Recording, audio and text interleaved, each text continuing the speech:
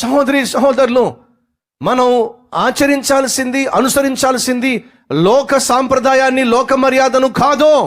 మనకంటూ అద్భుతమైన మోడల్ పరిశుద్ధ గ్రంథము, మనకంటూ అద్భుతమైన హీరో ప్రభు అయిన యేసుక్రీస్తు. ఆయనే మన మోడల్,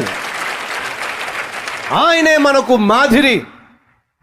ఆయనను అనుసరించటానికి మనం పిలువబడ్డాం. క్రీస్తు యేసు కలిగిన మనస్సు ధరించటానికి పిలువబడ్డాం.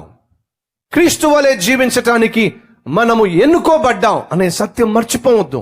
దయచేసి లోకానుసారంగా జీవించటానికి, లోకానుసారంగా బట్టలు ధరించటానికి, మనుషుల్ని మభ్యపరచడానికో, మాయ చేయడానికో, లోపరుచుకోవడానికో, అట్రాక్ట్ చేయడానికో, అబ్బో నువ్వేదో గొప్పవాడిగా, గొప్పదానిగా, నీకు చాలా బట్టలు ఉన్నట్టుగా చూపించుకోవడానికో దయచేసి ప్రయత్నం చేయి మాకు.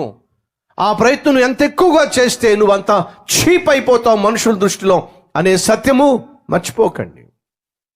ఈ లోక ఫ్యాషన్ కాదు మనకు కావాల్సింది, క్రీస్తు యొక్క ప్యాషన్ మనకు కావాలి.